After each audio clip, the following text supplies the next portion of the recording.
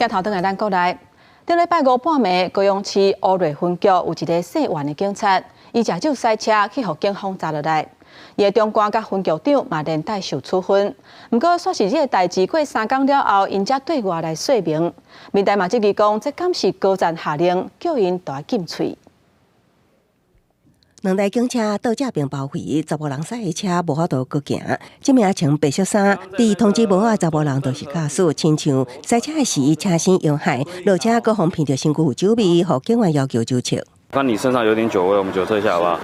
酒测台0.97严重超标，面对半早10人态度配合煞已经达到警戒红线。原来伊是家己的人，目前任职伫乌来分局，为该2线2000的警务员，也捌担任过侦查队副队长。这是个人的 YouTube 上传的影片，双拢是伊甲朋友到城市场所啉酒耍的影像。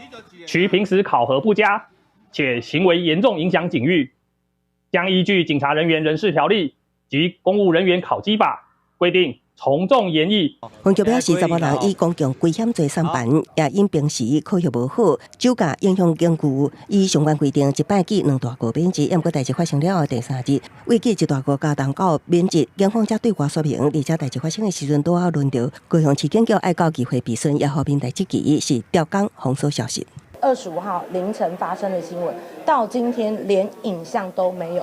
那这个闪躲的态度非常的明显。那当你对于这些酒驾违规违法的事情，社会用更大的压力去监督，我想这个大家可以去共同寻找一个更好的方式。